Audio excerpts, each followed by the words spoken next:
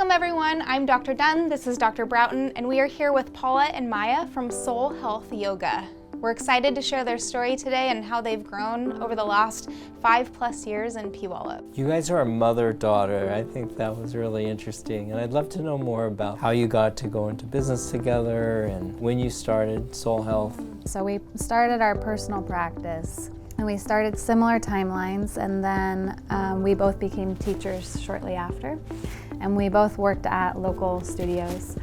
And at that time, there was only a handful of studios. So like if you became a teacher, you really had to be moving to have classes. And that studio that had offered to sell to us, they closed down. You have this huge community that, you know, has a home studio like us, and their home is done.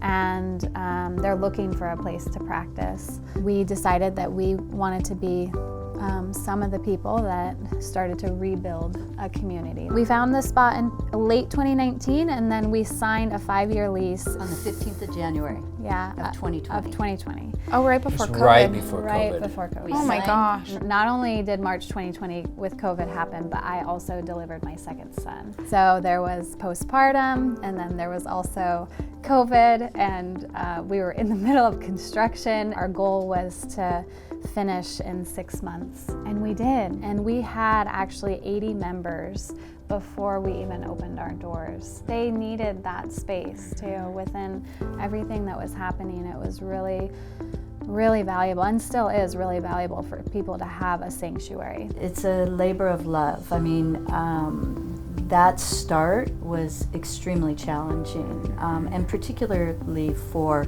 studios and gyms, as we can remember. Yeah. And so there was a lot of challenge with that, but we were consistently reaffirmed that what we were doing was so needed. Those first 6 months or so, often in a class we would have people having releases, emotional releases. That just continuously reaffirmed to us that what we were doing was so important for serving the community. It's not for the faint of heart. However, I've never regretted being in business. A lot of people think of yoga as the pose and the physical forms that you're making, but you had talked about the 8 limbs, and there's other available services there to help fulfill or to create that balance in those limbs, from the ice bath and the red light therapy. The 8th limb is called samadhi, which translates to like bliss. By practicing these different limbs and ways of living beyond, you know, coming into the studio. On the way here, you asked, how was the drive? And I was like, it was wonderful. Like it translates into how you're driving. It translates into conversations with others. It becomes a practice in life. Our hope is that people can come into the studio and be immersed in that within their time. They walk away feeling maybe a subtle little difference, and then can start applying that outside of the walls of the studio. Ultimately, with the yoga practice, like I said, the goal is bliss. We feel the way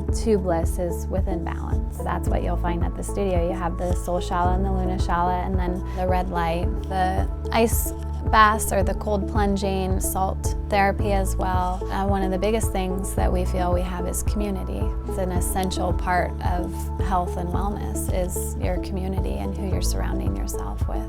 I love how you, on the community side, how you have involved yourself with other businesses. So even the juices that we tried were from a business in Puyallup. We've done too, like during Christmas time, we'll do markets in the lobby. So we'll have like 8 or so businesses come in and set up a table. We're definitely all about networking in that way and giving back too. We also encourage it in the lobby, encouraging members to come in early so that they can network with other members. I would imagine there's people out there like me who today, this was the very first time that I had ever done yoga. How do you get people like me that come and they try it once and then they say, can't do it? We gotta be able to speak your language. And I think that's why the lobby is really valuable, to be able to understand where it is that you're coming from and what your goal goals are. So for you, it sounded like flexibility would have been a big one, which a lot of people have that, where flexibility is one of their goals. I think a lot of people come into a yoga practice with the understanding that it is for the body, but there's also the mind. I'm not good at the flexibility, but I'm also not good at the mind part, because I've tried meditation in the past, and I am not good at meditation either. But, Right. but you have to realize there's different forms of meditation. Meditation could be a walk.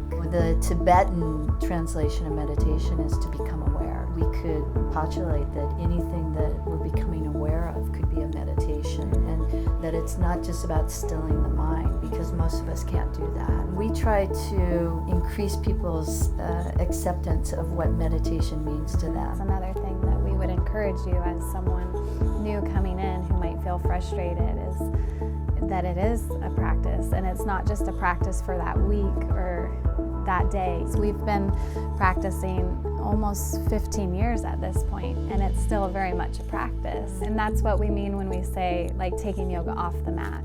When we're in that space, it is very much a curated environment, and it's easy to have those moments of connection and feeling empowered, or what we would call samadhi, right? But can you take it off the mat and continue it in real moments? Paula, Maya, thank you so much for coming by there on Meridian. Come see them. I've really enjoyed getting to know you.